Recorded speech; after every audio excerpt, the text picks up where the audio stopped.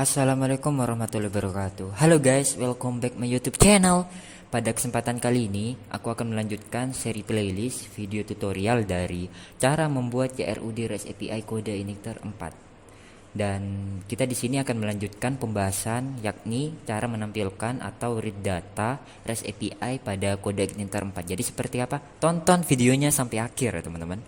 Dan bagi teman-teman yang belum subscribe my YouTube channelku, silahkan subscribe terlebih dahulu agar aku lebih termotivasi lagi untuk membuat video-video yang menarik lainnya. Oke, monggo teman-teman dipersilakan tinggalkan jejak subscribe-nya karena di tahun ini aku memiliki target yakni 5.000 subscriber. Oke, baik langsung saja ya teman-teman. Pada intinya, pertama-tama silahkan teman-teman buka terlebih dahulu project-nya.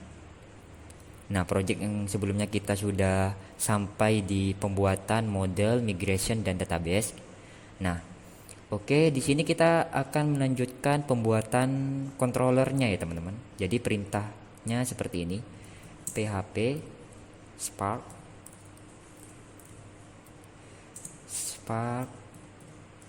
make controller, lalu nama controllernya mau dinamakan apa? Di sini aku menamakannya dengan nama peserta controller.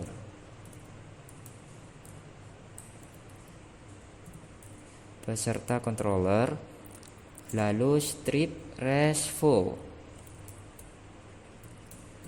Nah, apa perbedaannya memakai RESTful dengan tanpa memakai RESTful? Jadi teman-teman kalau misalkan perintah controllernya ditambahin min RESTful ini, nanti teman-teman akan disediakan contoh function default bawaan dari kode igniternya teman-teman. Jadi sebentar, tak enterkan dulu ya teman-teman.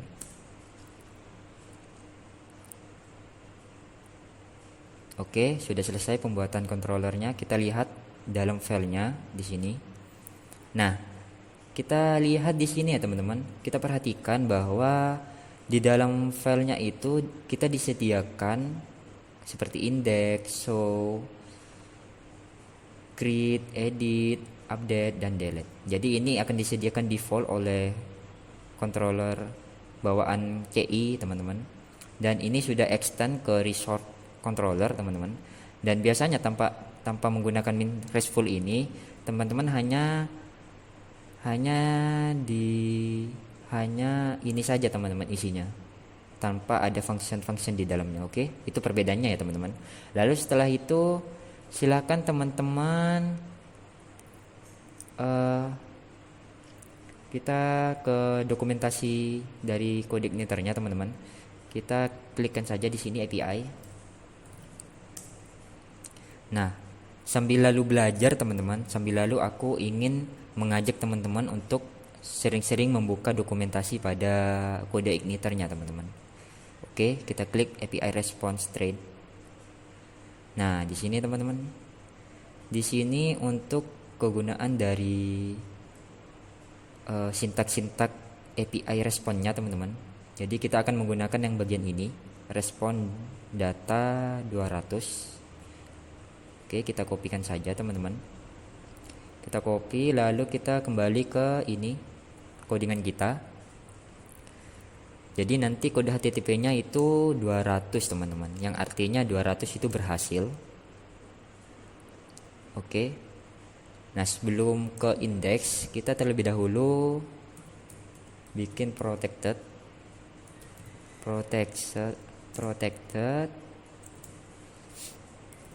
model name, lalu app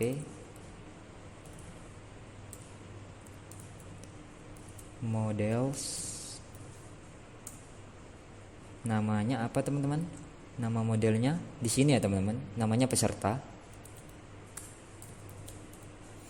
Oke, titik koma, jangan lupa. Lalu kita protekkan lagi bahwa kita definisikan kalau format yang kita gunakan ini adalah JSON teman-teman.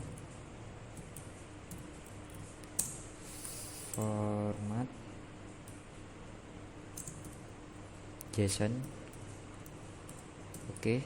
Nah, setelah itu baru kita beralih ke function indexnya teman-teman. kita tampilkan data di sini.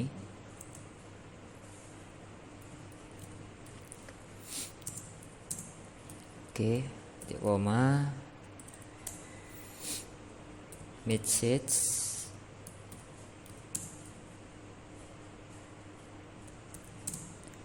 lalu sukses. Sebentar ya teman-teman, aku fokus coding dulu. Data peserta,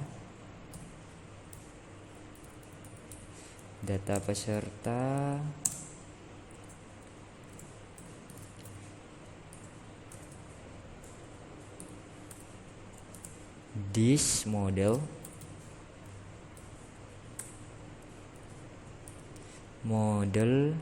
find all.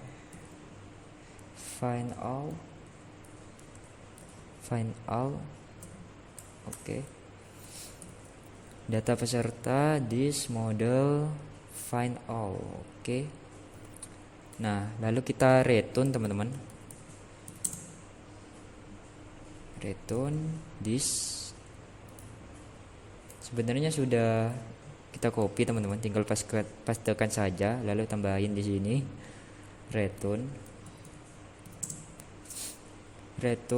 this response data. Oke. Nah, jadi seperti ini teman-teman codingannya. Jadi aku jelaskan ya teman-teman. Jadi kita bikin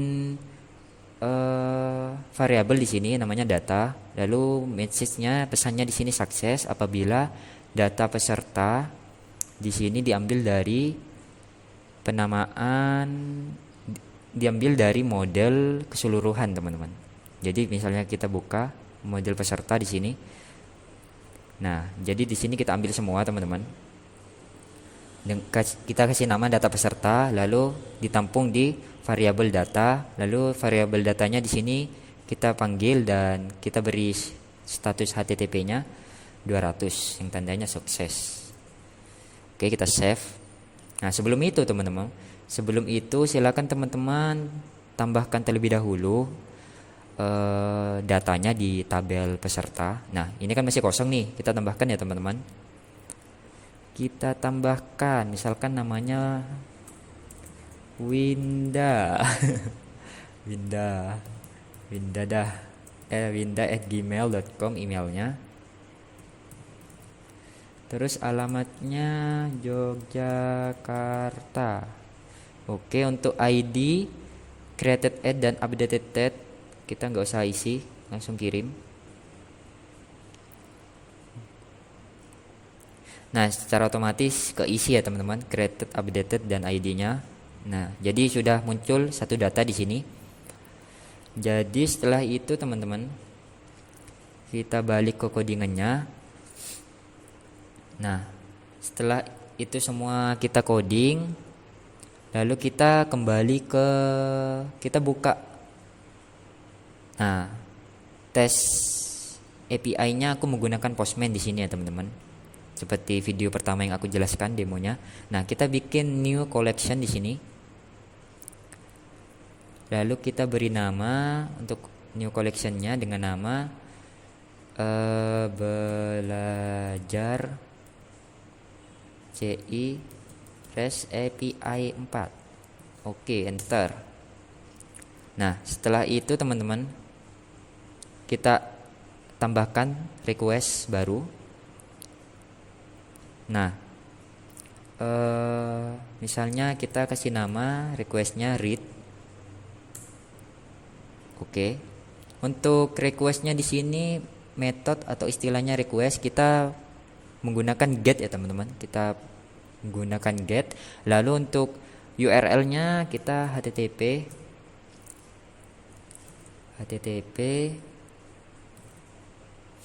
localhost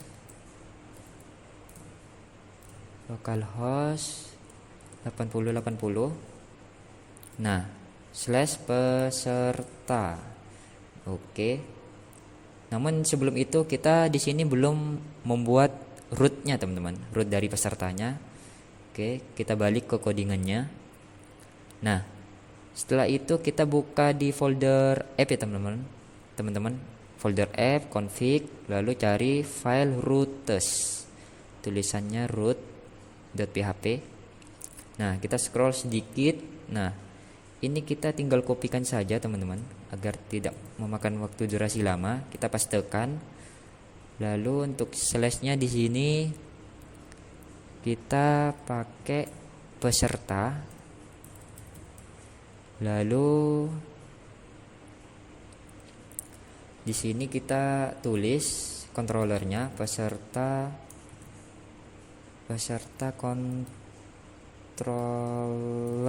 controller dan fungsinya di sini index ya teman-teman. Lalu kita save saja. Nah, setelah itu kita run teman-teman.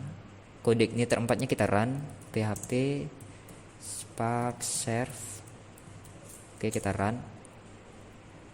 Oke, sudah jalan teman-teman. Nah, kita balik ke Postman-nya. Nah, kita send teman-teman, kita kirim.